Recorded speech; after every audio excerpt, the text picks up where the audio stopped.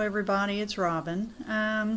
Just wanted to give a few thoughts on my interpretation of the book Ecofeminism by Mies and Shiva. I found this book quite different from Silent Spring because obviously so much time has passed and there's been a lot more research done into the effects of environmental contamination from the days of Carson.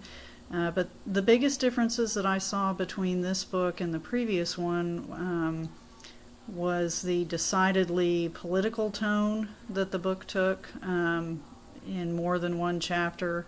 And I understand that one of the writers, Mies, is a Marxist feminist, so that kind of makes sense that she would focus on class and the economy. The book also introduced me to several new concepts and theories that I'd not heard of. I found it very useful in explaining a lot of phenomenon that we see when it comes to quote-unquote colonization and the use of resources by what the authors term the North in countries of the South.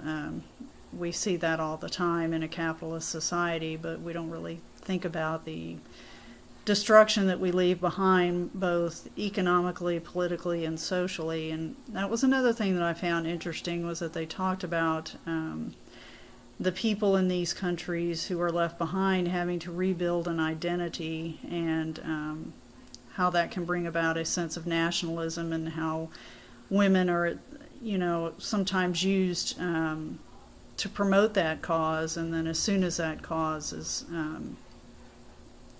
fulfilled, women are then tossed aside. One of the criticisms of the book that I had personally was I felt like a lot of times it read like an economics book or a book maybe about social class rather than an eco-feminist book. That was a little disappointing to me. I wanted to see a little bit more of that aspect, especially since the book was entitled Ecofeminism.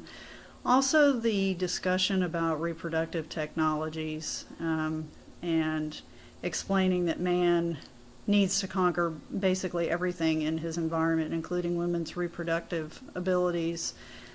I didn't necessarily feel belonged in a book about ecofeminism. I was expecting more of a focus just on the environment and basically what we saw in Silent Spring, how man has destroyed the environment, and now hopefully this being so many years later, how man is trying to manage that destruction and rectify it. But overall it was a good book, and like I said, it did introduce me to some new concepts and theories and things that I knew existed but didn't necessarily have a name to put to them.